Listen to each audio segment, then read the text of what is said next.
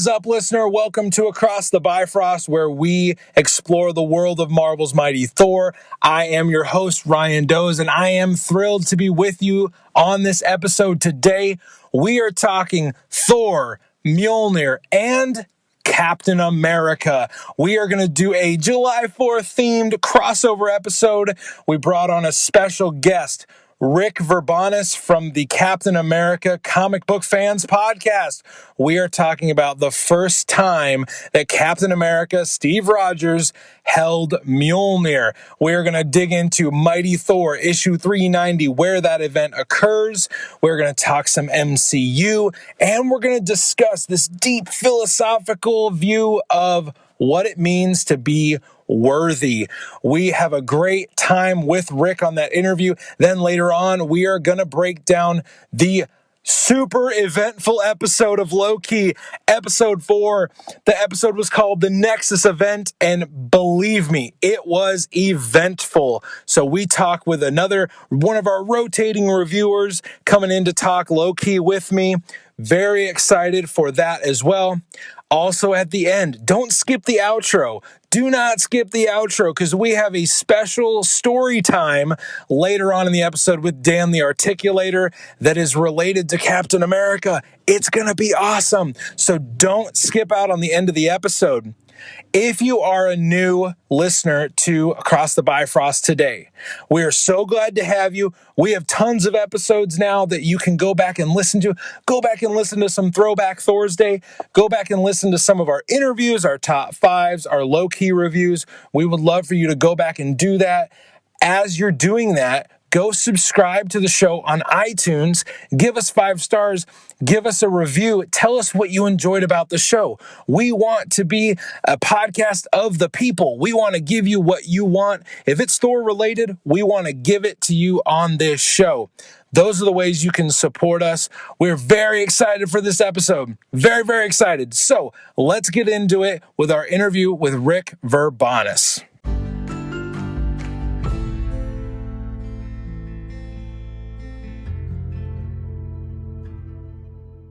Okay, everybody, here we go with this week's interview.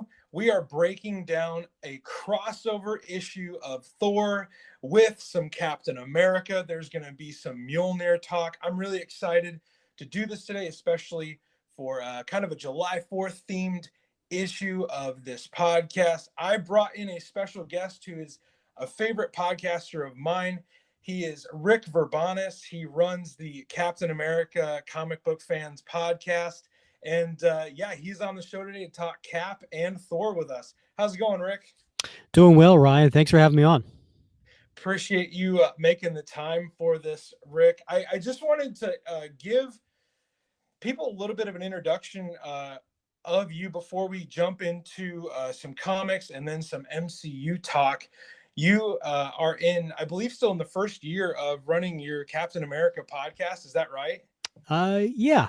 We started at the very end of last year, the last week of December, and it was something I've been wanting to do for a little while. Funny story is this was really came out of the fact that I started a Captain America Comic Book Fans Facebook group.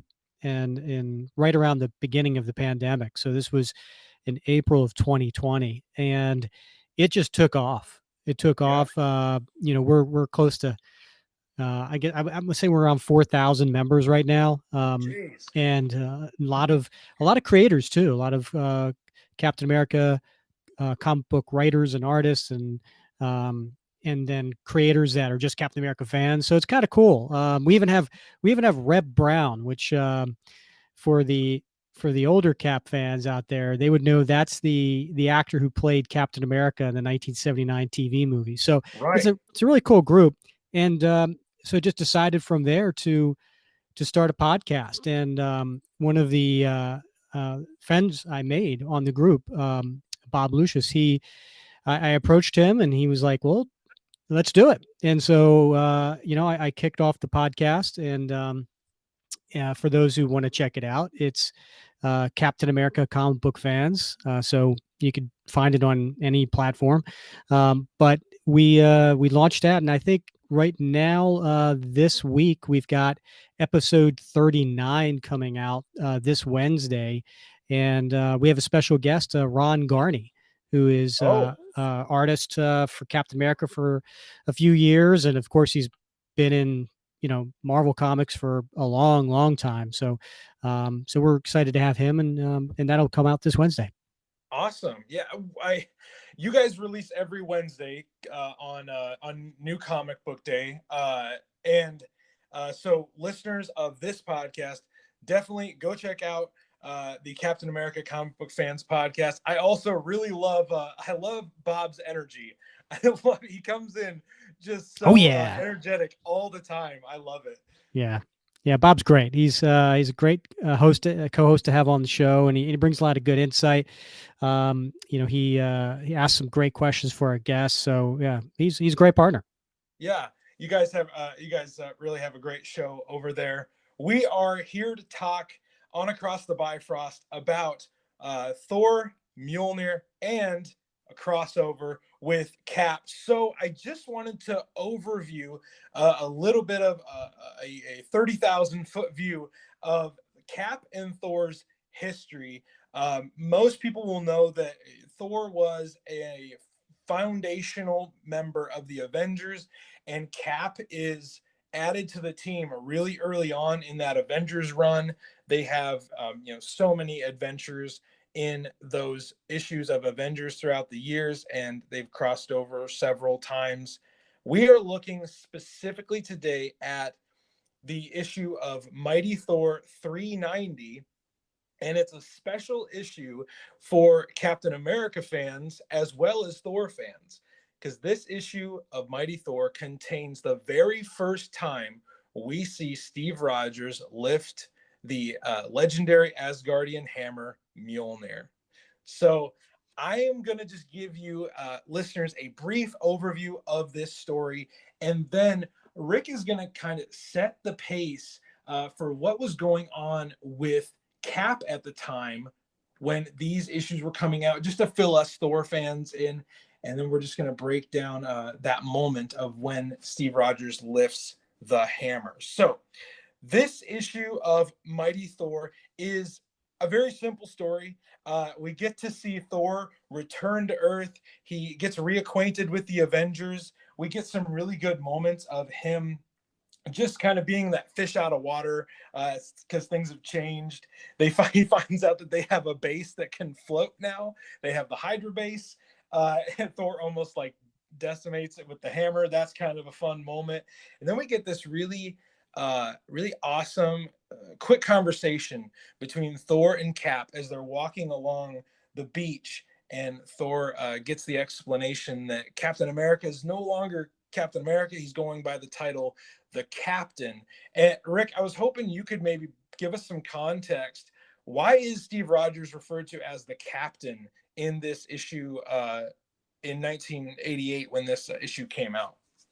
Sure. Yeah. And I can understand for those who didn't read Cap Comics back then, they were like, what's going on? Um, well, so Mark Grunwald is the writer, and he set, an amazing record of writing Captain America comics for like over 10 years.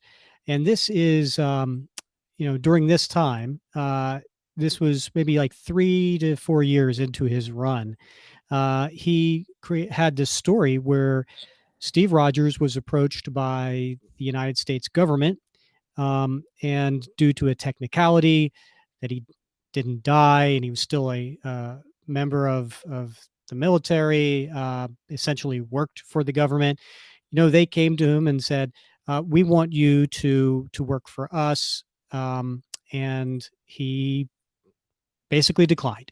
He said, "Look, I represent the American dream, not the American government." And so Steve gave up the uniform, gave up the shield, and took on the persona. At first, he was just not going to do anything, but Steve Rogers has got too much of a hero in him, so Yeah. he basically said, "Okay, well, I'm still going to do what I need to do," but he did it in the as the captain. Tony Stark made him a really nice shield replacement, and And that's kind of where we're at with this story. He's been for a little time known as the Captain. Okay.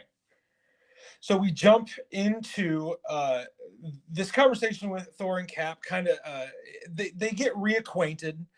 They bring each other up to speed about what's going on with not only the Avengers, but just like what Rick just said, what's going on in Cap's life. And then we jump to Asgard. We see this big fight scene unfolding. The Warriors 3 are facing down the henchmen of Seth, the serpent god of death. They're able to, with the help of Balder and his legions, to push off the enemy forces. And then we jump to the villain of the issue, named Seth. He is planning on attacking Asgard again, and he sends a henchman of his, Grog, to basically figure out where Thor is, because Thor was not at this battle that had just taken place. We then jump back to Thor and Steve Rogers. Thor is incredibly frustrated with the American government for doing this to Cap, for not sticking by him. And we see Thor even he's saying that he needs to overthrow these madmen who have thrown out his friend like this. And I even love there's a panel in here where Steve holds Thor back and he's like, "Whoa, big fella, like, you slow down here. we don't need to do this." And then Cap gives a little bit of an insight into what he and Tony Stark are going through at this moment. And Rick, even as I was reading this, I don't really understand the tension here between Cap and Tony. Maybe if you could just elaborate for a second on that, just to bring us up to speed in this story. Sure. So in issue, this is okay. This came out. This Thor issue that we're reviewing came out, has a cover date of April 1988.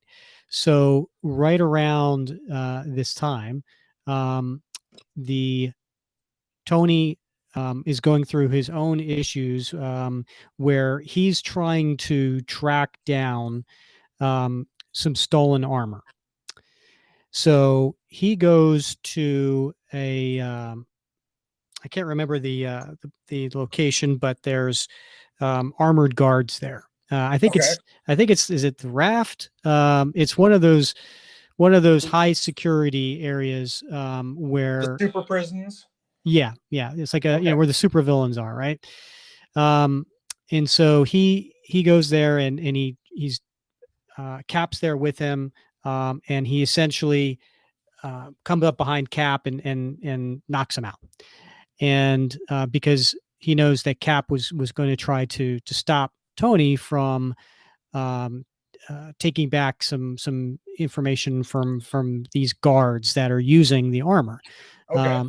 And I can't remember the names of them right now, but so he basically betrayed Steve, and so Steve really doesn't at this point, with it, when this issue of Thor, he hasn't confronted Tony about this, but he does feel betrayed, and he does want to basically confront Tony, give him back the shield because he doesn't want it. And there's an issue this same month where this comes out, in Captain America issue 340, where the Captain and his partners, which are Nomad, Falcon, D-Man, they have to stop this and the title is called Breakout, and they have to stop where Tony was, because when he took away the guardsman materials, he left basically the place unguarded, and so now all these villains are breaking out. So we Okay. have a really cool cover, by the way. It's a black cover. There's the Captain, he's there, and then coming from the shadows behind him, you have Mr. Hyde, you have Oh, Titania, you have Vibro, and you have the Griffin, and then there's some other villains there as well. So it's so that kind of brings us to this point of why there's this tension between the two of them. okay. A Mr. Hyde reference, a classic Thor villain as well. Yep. So we see Steve Steve is recalling this tension to Thor, and Steve walks away with his head down low, and I really like what Thor has to say here about the captain. He says, "I have never known a mortal as honorable and noble as Captain America." That obviously comes back in at the end of the issue. We then see the forces of Lord Seth attack. Grog is on the warpath, and he is attacking the Avengers Hydra base. Thor begins a melee with him, and Cap jumps in. I love how Steve Rogers jumps into the fight. He says, "I hope you don't mind me jumping in, Thor." So he jumps into the fight, and we see from the Black Knight's perspective, one of the other Avengers, they wonder, oh, where are Cap and Thor in this fight? And then we get this big giant page where it's just Cap and just Thor fighting off all of these soldiers. And then we get to the ultimate moment of this issue, the reason why Rick and I are breaking down this specific issue today. Thor is detained by Grog and his henchmen, and Cap knows that if he could just get the hammer back to Thor, they could really turn the tide in this fight. And Steve is grabbing for the hammer, and then he gets dogpiled by all these soldiers, and they think they've got him outmatched. And then this giant splash page on page 17 of this issue, we see a swing of the hammer from Steve Rogers as he lifts it, and all the soldiers go sprawling everywhere. It is truly an awesome one-page panel. We see Steve thinking to himself, "This is almost unbelievable. Somehow I'm able to lift Thor's hammer with others far stronger than when others far stronger than I couldn't even budge it." We see Steve throw the hammer back to Thor, and Thor, with the use of his hammer, is able to defeat Grog, and they send the forces of Seth back to where they came from. They capture Grog. Black Knight even says he's going to send him to one of the super villain prisons. After this big moment of Mjolnir being lifted by Steve Rogers, we get this awesome conversation between Steve and Thor about really what I believe to be the concept of worthiness. And Thor even says that they were quickly erased when you lifted Mjolnir, the forces of Seth. For only a man or God worthy, pure of heart and noble of mind could have done so. Steve says, "It was quite an experience for me as well. This is a one special weapon, Thor. I envy you." Thor then says a really awesome thing here to Steve. It really speaks to their friendship. "A sacred bond unites all those who have ever been privileged to wield Mjolnir, a bond which stretches far into eternity. I salute you, Captain." And Steve Rogers replies with, "I hope I'll always be worthy of that honor and privilege, my friend." There is Good so much. stuff. Yeah, there's so much in that. The author Tom DeFalco really writes some inspiring dialogue here for these two friends, and especially at this point, as you said, this point in Cap's life and his struggles that he's been experiencing. It feels really good to have one friend that will stand by you. I just wanted to ask you, Rick, with this moment being the first time that Cap wields the hammer, what do you think, as a Cap fan, makes Steve Rogers truly worthy of this honor? Wow, that's a great question. I would say, I mean, there's so many attributes to Steve Rogers, and really, you know, I'm a Steve Rogers fan. He's my favorite fictional character of all time, and I think it's because of his attributes. I think it's because of his integrity, his morality, his honesty, his being brave, his being empathetic. He stands up, against bullies. He has determination. He doesn't back down. The drive that he has. I mean, he really is, a character, I think, that is the moral exemplar in the Marvel universe. Yeah, I've always personally thought of Cap as he's like the conscience of the Marvel universe. He's the one that he's kind of that moral guidepost. If if Cap is if Steve Rogers is against something, that would probably make other people think twice about maybe other heroes think twice about doing something. He's very much a leader in that way because he's not the most powerful hero ever. Correct.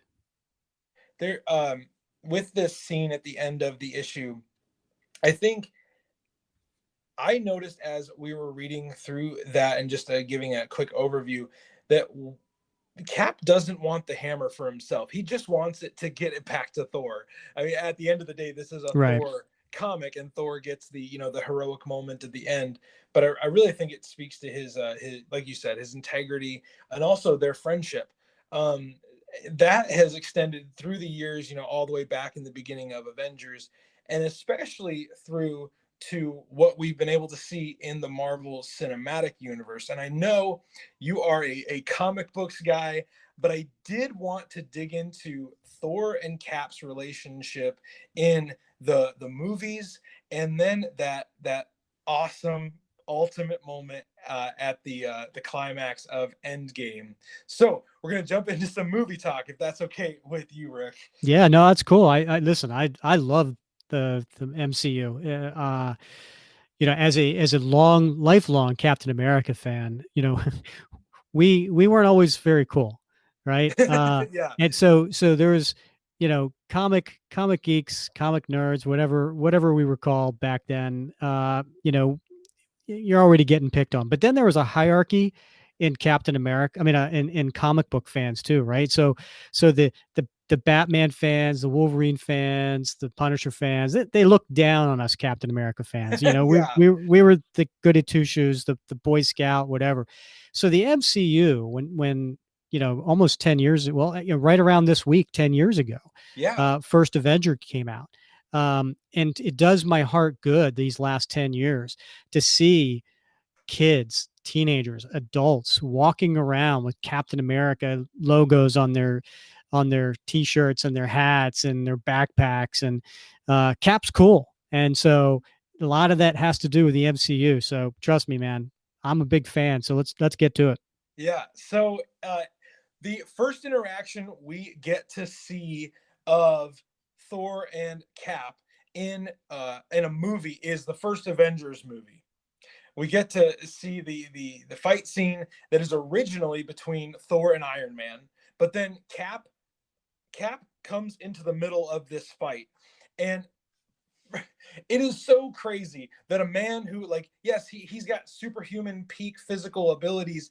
He has a shield, and he has a super soldier serum, and he stands in between one of the most technical and machine proficient superheroes in Iron Man, and then a literal god.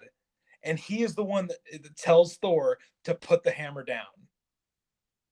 That is such a bold statement coming from Steve Rogers. When you saw First Avengers, Rick, did that moment resonate with you at all? Oh, absolutely. I mean, it harkened back to some comics where, Thor respects Steve Rogers, right? I mean, he admires him. He and so to me, that scene kind of set that. It's kind of like, wow, who's this mortal talking to me like this? And so I think it was the beginning of earning Thor's respect. Yeah. The next I mean, obviously throughout the rest of Avengers we see them fight alongside each other, and then there's this small little cameo in the middle of Thor the Dark World that I absolutely love, and it really has nothing to do with Mjolnir, but when Loki does the he's shifting through different visages to kind of mess with Thor, and one of them is Chris Evans as Steve Rogers. That moment in Thor: The Dark World it just made me roll. When you saw Dark World for the first time, did that like take you by surprise to see your guy in a Thor movie? Yeah, it did. And I got to tell you, it worried me a little bit. And I'll explain why. Okay. Um, because I knew that Chris Evans had signed a certain amount of movie deal, right? He had a certain amount of movies that he was going to be in. And I was like, oh no, I hope they don't count this really small scene as one of the movies. Yeah. You know, so I It was would have just been kind of kind being of a little annoying. selfish, but the scene itself was fun. I mean, Yeah. obviously, it shows him being, it shows that Loki doesn't have a ton of respect for him. Oh my gosh, I love that. Like it's so tight, but I can feel the surge of righteousness. Right. Um, then obviously the next big movie we get with the two of them is the Age of Ultron Avengers movie, and though that movie is full of great moments of them again fighting alongside each other, there is one small but significant moment where all the Avengers at the beginning of the movie they've already captured the weapons in the Hydra base and they've defeated Baron Strucker. We see them all sitting around a coffee table and they start kind of throwing these, I wouldn't say insults, but they're questioning Thor like, hey, is that the whole like you got to be worthy to lift the hammer thing? It's just like a trick. Hawkeye says like it's a trick.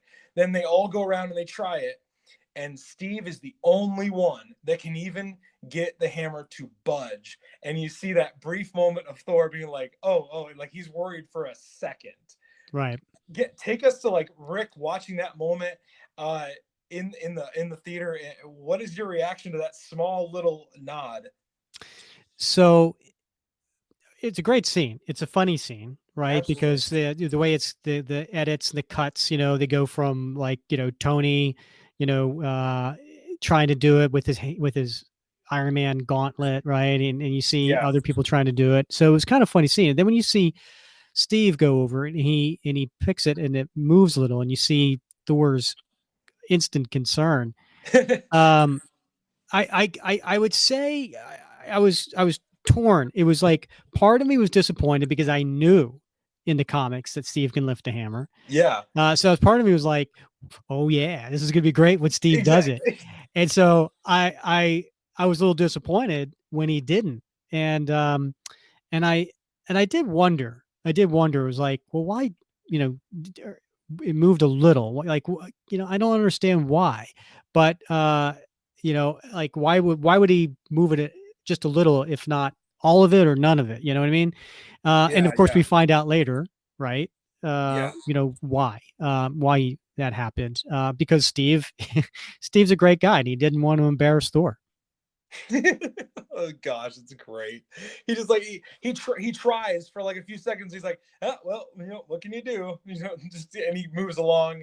That I love that moment. I think when I saw that in the theater, I'm sitting with obviously a bunch of fans of both characters, and I think we all had that collective moment, like, oh wait, are they gonna do this? And then you kind of forget about it at the by the end of the movie, with the big battles at the end. Right. But then we get to see both of them. They both go on their own solo adventures. Cap goes off to Civil War, and that is a phenomenal movie. And then Thor goes on to his best movie, Ragnarok. Yep. And the next time they meet is at the climactic battle in Wakanda at the end of Infinity War. And Cap has his big moment where he rallies all the troops and they charge into the forces of Thanos and the Black Order, and then Thor shows up in his dramatic fashion with the big lightning display, and causing that ripple of energy out that gets rid of all the monsters. And they have this small little interchange. I just love Thor just being like, "Oh, I see you copied my beard." Uh, Right. and then Thor introduces Steve Rogers to Groot and Rocket, which is just so good. And Steve has such a Steve response. He's like, when Groot says, "I am Groot," and he's like, "I am Steve Rogers." Yes. What did you think of that interaction there? Just that small interaction at the end of Infinity War. Well, yeah. I mean, I love seeing the personality of Steve come out, and there's, a little bit of corniness here and there, and like you said, when he says to Groot, I am Steve, and that's really fun. I mean, it kind of harkens back to, his innocence in a way, when it comes to certain things, like, back in the first Avengers movie where they're all sitting around on the Shield helicarrier, and someone talks about the Wizard of Oz, and he's like, I got that reference, I you got know, that reference. yeah, and so yeah, I love any scene that shows some personality from about Steve. Well, and I think just a small little side note here. I think Steve is so genuine. Like Right. he is always he's always Steve Rogers. I think oftentimes it's overlooked a little bit. Maybe for movie fans, probably not for deep comic book fans. That Steve really never believes his own hype in the movies. He's at the end of the day, he's just a kid from Brooklyn.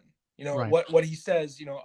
So often in those movies, and I really appreciate his humility and his genuineness. That's one of the reasons why I really love the character of Steve Rogers as well.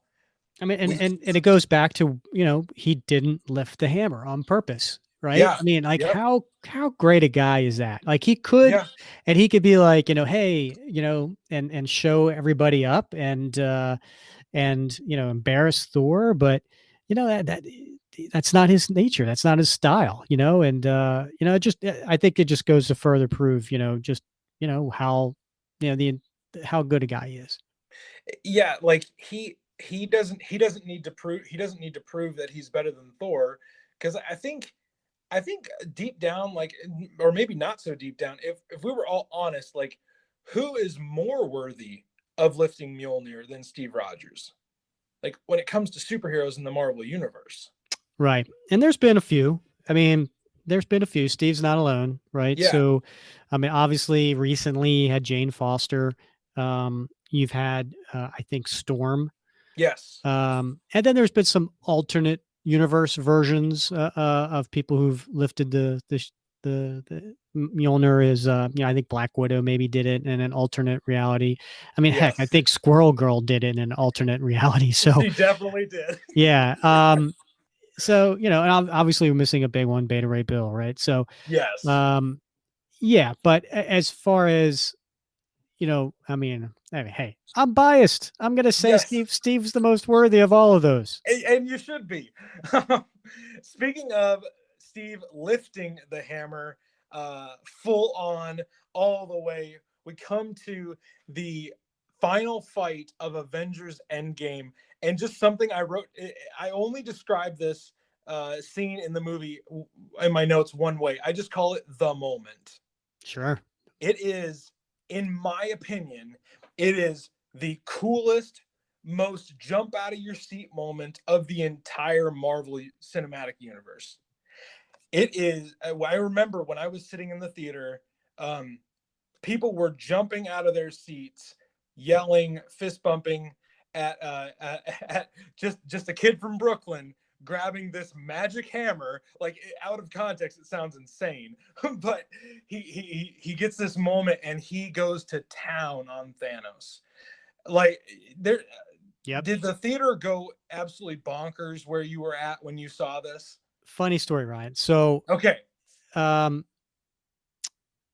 all right. So I have two kids, that teenagers, and Okay. they, much to my chagrin, they did not they did not develop a love for comic books. They read them a Okay. little bit, and it seemed like they were getting into them, and then they didn't. But they did develop a love for the genre. They did develop a love for it, so that when we see the movies, the TV shows, they know they can't watch it without dad, right? Yeah. Like, that's our thing.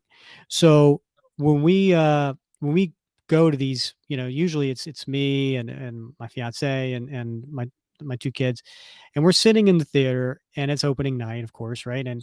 And that particular scene that you just described happens, and all of a sudden, where Thor's got, Thanos is pushing the blade into his chest. You see Mjolnir moving, Yeah. and then it goes into Cap's hand. And I will tell you, I yelled out, "Yes!" real loud.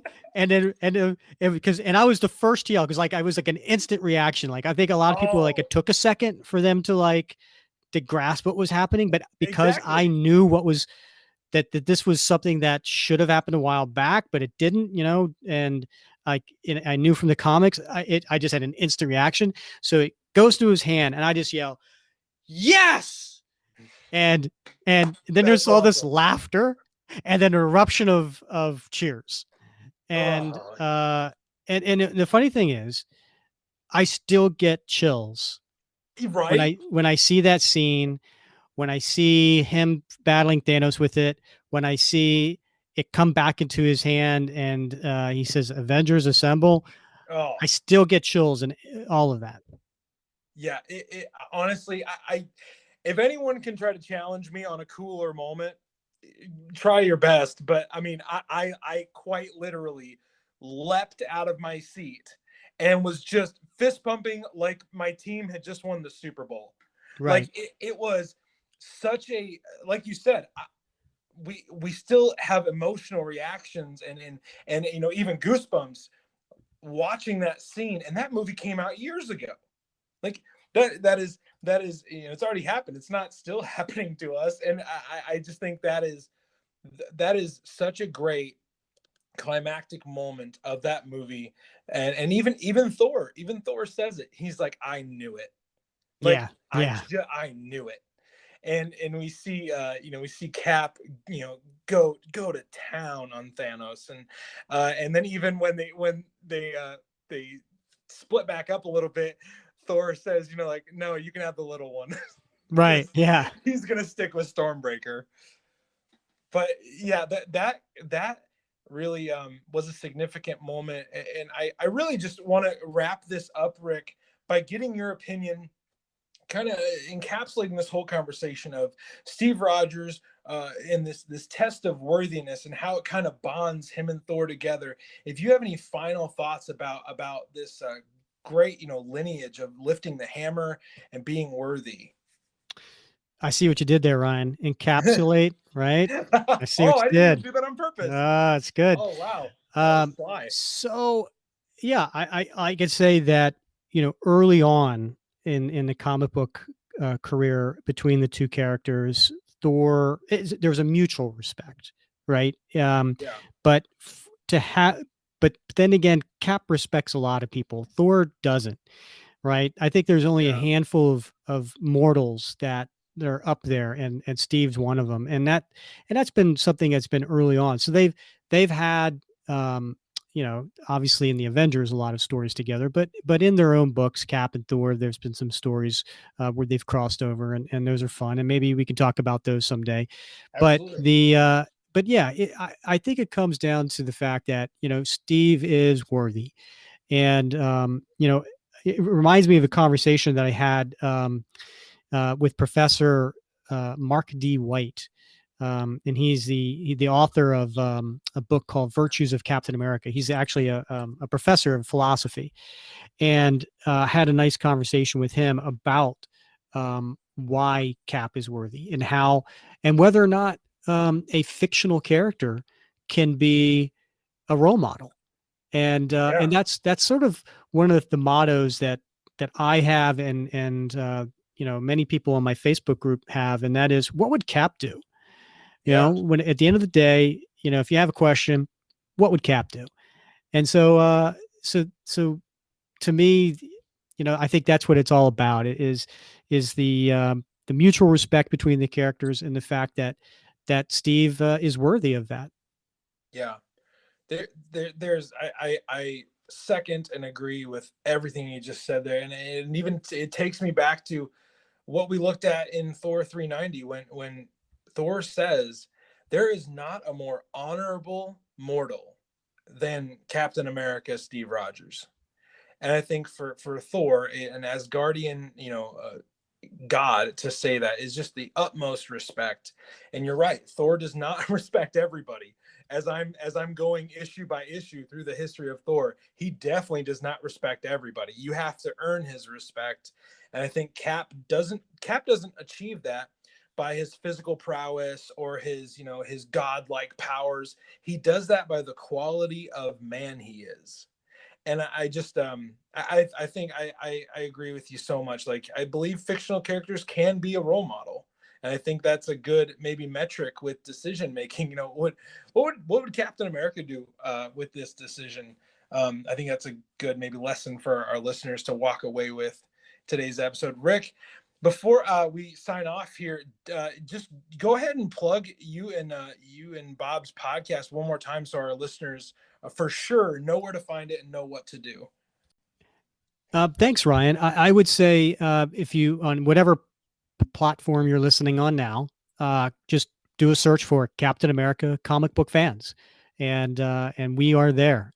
So, like I said, episode 39, I want to say, is coming out Wednesday, and we've got so many more planned. We come out every Wednesday, New Comic Day, as you mentioned. We do at least one interview a month. So last month we had Tom Brevoort on. Tom not only was the 14-year editor for Captain America, but he's also the executive VP of publishing for Marvel. So he had some great stories to talk about. I mentioned Mark White, the philosopher. We had artists like Mike Perkins, Georges Genti, Joe Rubenstein. We had some great writers like J.M. DeMatteis, and I got some cool guests lined up that I can't wait to tell people about. So you can check us out there. And then if you're on Facebook, again, do a search for Captain America comic book fans, and come hang out with some Cap fans. We have a lot of fun. Awesome. Thank you, Rick. Everybody go and follow that group on Facebook. Listen to the podcast. It is just a complete, just awesome look at the character of Captain America. Thank you very much, Rick. We'll check you later and see you down the road. Sounds good. Thanks for having me on.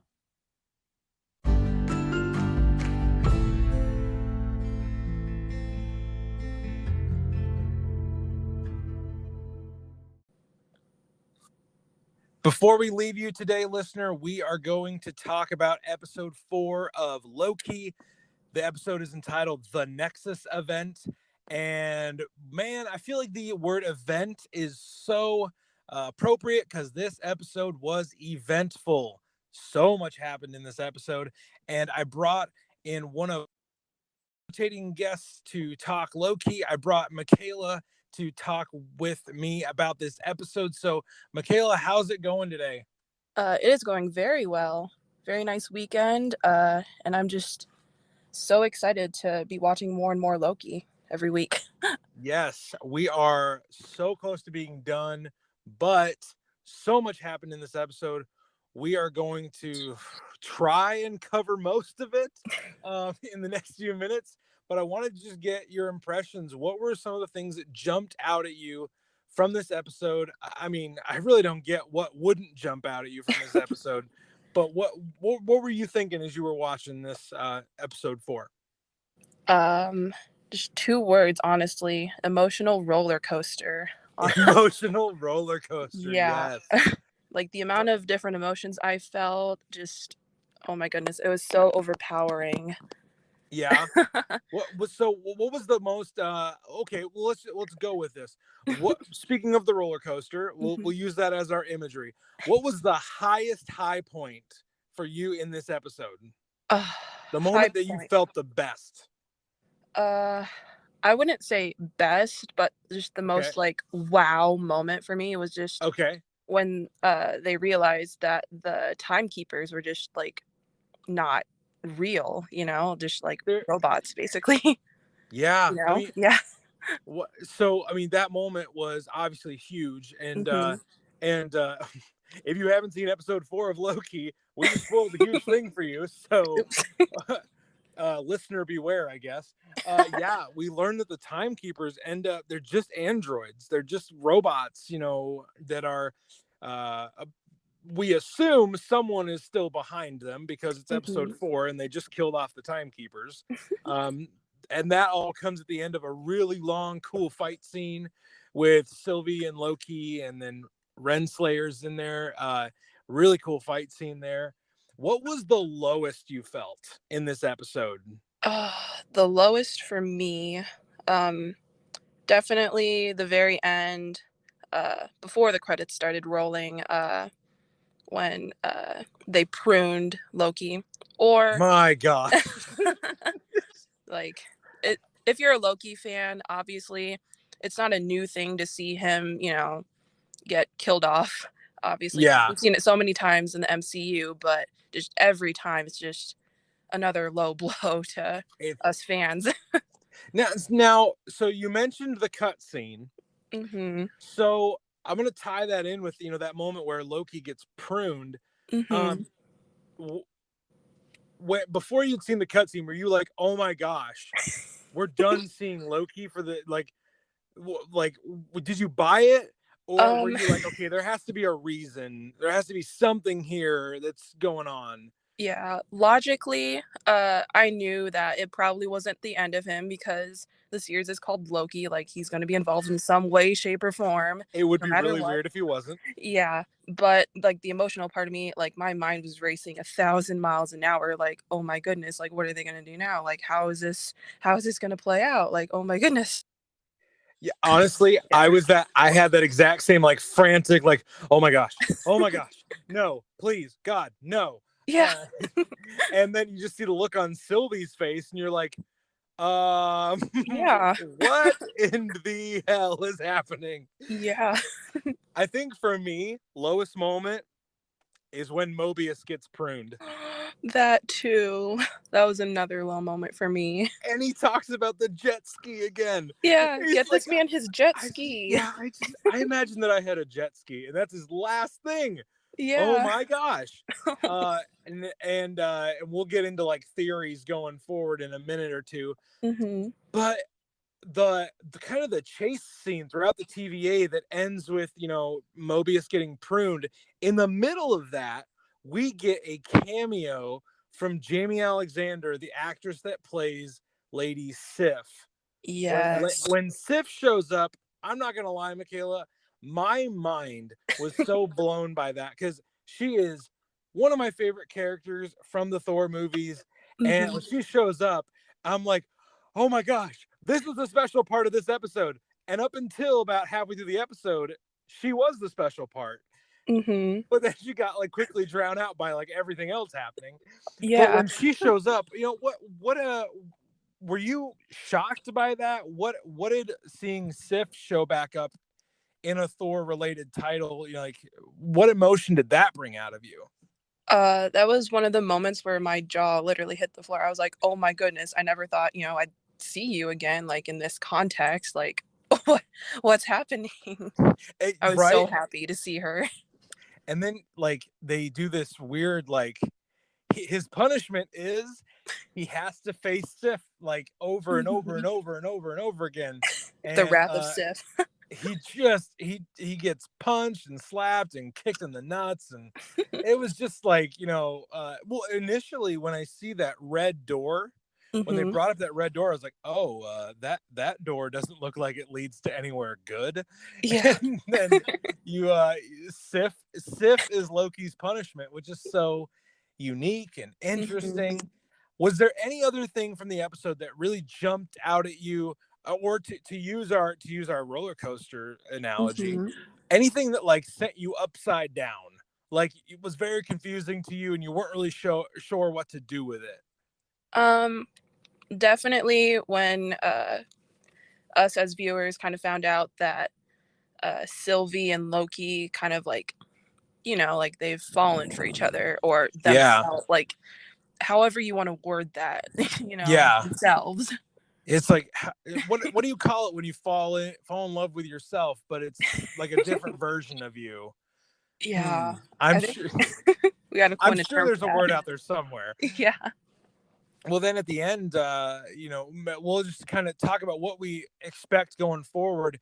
At the end, the cut scene of this episode, we see 4 other versions of Loki show up when our Loki, Tom Hiddleston's Loki, wakes up and he says, "Is this hell?" And like, no, but you need to come with us now. And we see Kid Loki, we see classic Loki, a character that I've seen referred to as boastful Loki, the one that has the hammer, and then alligator Loki, which was so awesome. What did you, like? Give me your thoughts on that cutscene and where that might be going. As we have only 2 episodes left. Yeah, I really hope we see a lot more from all these different Lokis. Maybe there's even more that we're yet to find out about. I'm interested to see how alligator Loki plays into all of this, but I hope he gets a few speaking lines. I don't know. Oh my gosh. But yeah, it's going to be so much fun to see how all this plays out. That really needs to be the spinoff. We need an alligator Loki spinoff show. Oh yeah, for sure. So with all of that being said, and only having 2 episodes left, we get Loki gets pruned, Mobius gets pruned, the Timekeepers are robots, and we know other Lokis exist in this universe. And we've actually seen them now, so we're like, oh, okay, there is that specific Loki, and there's that Loki. So much happened in this episode. What do you expect out of the last 2 episodes of the show? Oh boy. Well, I've heard a lot from a lot of different sources and you. Okay. That give us the scoop, Michaela. Kang the Conqueror is going to come into this. Yes. Somehow be behind at least a lot of this. So I really hope some big event, maybe Nexus event, I don't know. Yeah. Helps push this storyline further and create a lot more excitement for us. Listeners, if you've been paying attention to our Loki reviews, I am a big believer that Kang the Conqueror is somehow behind all of this. And it sounds like Michaela's got some inside news that she knows about. I'm sure she won't give up her sources, so don't reach out to her on social. She won't give up her sources. But that would be so awesome if Kang the Conqueror is the reason why all this is happening and is the reason why other Lokis exist and they all get together. Anything else that you hope we get out of the last 2 episodes besides, a possible Kang, reveal? Honestly, at the end of the day, I just really hope Mobius gets his jet ski. Yes. The man needs his jet ski. He does. Wouldn't that be the most perfect, last image of the show? Him just riding off on some lake. Oh my gosh. That would be perfect. I think that is a good place to end this review, with the picture of Mobius driving away on his jet ski, getting the one thing he's always wanted. Michaela, thank you for joining us, breaking down episode 4. Hopefully we can get you back for the roundtable discussion we're going to have at the end of Loki. Yeah, listener, this is the first you're hearing about this awesome episode idea we've got for you.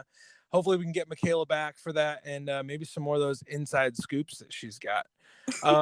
So Michaela, thank you for joining us. I'm glad you were able to do this. Of course. Thank you for having me. Okay.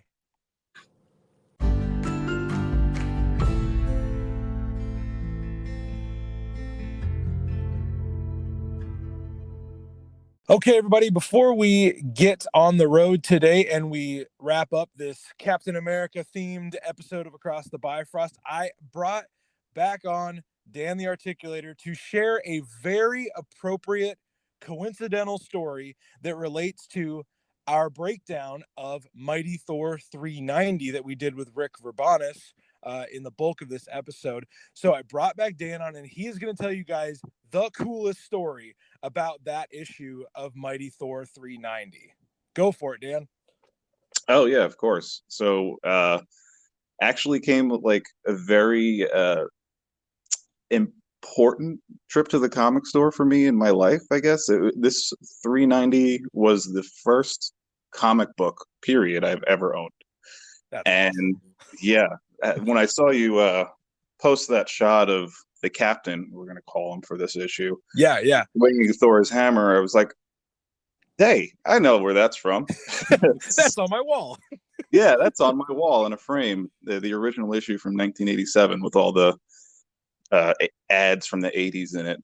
And I remember, like, we had gone to this comic shop just to kind of peek around, and they had a display of loose action figures, and there was a Thor figure up there at the time that was kind of beat up, and you couldn't really find this one in Caldor or Kmart at the time. I guess you would have found it in the box. Nice. And I remember it being like $20, which that's a lot for a loose figure in 1995. Probably. No joke.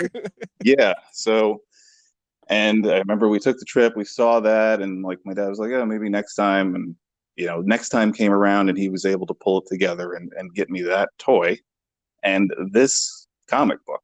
And like again, very monumental trip to the comic store for me, because the birth of two of my biggest hobbies, collecting toys and comics, and it happened to be this issue. So I'm really, we're recording this before the episode drops. So I'm really excited to listen to that. And yeah, I mean, I've got to tell. I'm gonna definitely have to get back in contact with Rick and tell him about this just crazy coincidence story. Yeah. But I'm curious. When you're a kid, you're reading this comic and Cap lifts the hammer. Like what? Like as a kid, like it's your first ever comic. Like did that like blow your mind? So in our interview, we kind of talked about my dad, singing the praises of Thor, basically, and telling me all about him. And this was my first time seeing him in print. And I remember being a little confused. Why is Captain America black and red? Yeah. Who is this guy in a purple cape and this knight-looking guy? That's Dr. Druid and Black Knight. Come to find out later. And seeing it was a lot. It's a very wordy issue. And I remember, like being, 5 or 6 at the time and reading that, I could read the words, but putting things together was a lot. So I remember the pictures being really cool and the fight scenes and seeing Thor, hold his own, and then Captain America kind of being there with him. And, knowing very little about Thor at the time, but just that nobody can pick up Thor's hammer but Thor. And then turning the page and seeing that, I was like, whoa. Wait, we're already breaking the rules? Yeah, we're already breaking the rules. Dad, did you lie to me? That kind of thing.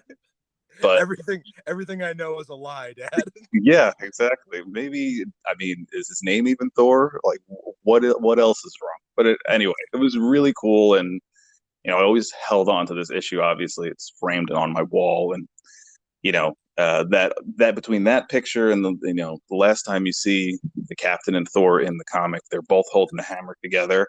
Like, that has always stuck in my head. And with those Avengers, the Avengers movie and Thor, Captain America picking up the hammer in that movie was like extra special to me, because it was like, oh, I was kind of there for that in the comics. I mean, that's awesome. So, well, and that Rick and I talked a lot about that last page where Thor and Cap talk about their friendship and the bond that all who have wielded the hammer share. It's a powerful issue, and I'm so happy we made it right under the deadline, and we got to share this story of Dan's first comic. So parents out there, you never know what your kid's first comic is going to be, so just go ahead and buy them all the comics. Yeah, exactly. Buy them all the loose action figures you can find. Right.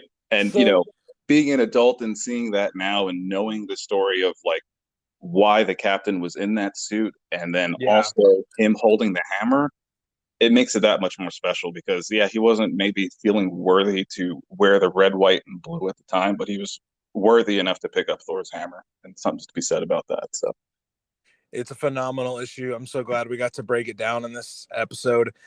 Speaking of this episode, we're very glad that you listened. Thank you for supporting the show. Just by listening, you can support the show.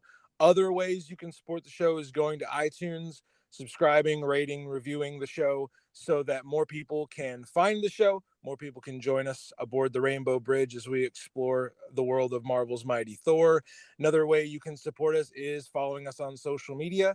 We are at Across the Bifrost on Instagram. We are at Across Bifrost on Twitter. For those of you that may be joining us from the Captain America Comic Book Fans podcast community, please go do all these things. Support us, just as you guys have done such a great job of supporting Rick and Bob over at the Captain America Comic Book Fans podcast. Thank you for joining us. If you were a new listener, we look forward to getting to talk with you, chat with you, reach out to us on social media, and we can't wait for you to join us aboard the Rainbow Bridge next time. Have a great rest of your day. Stay worthy, friends.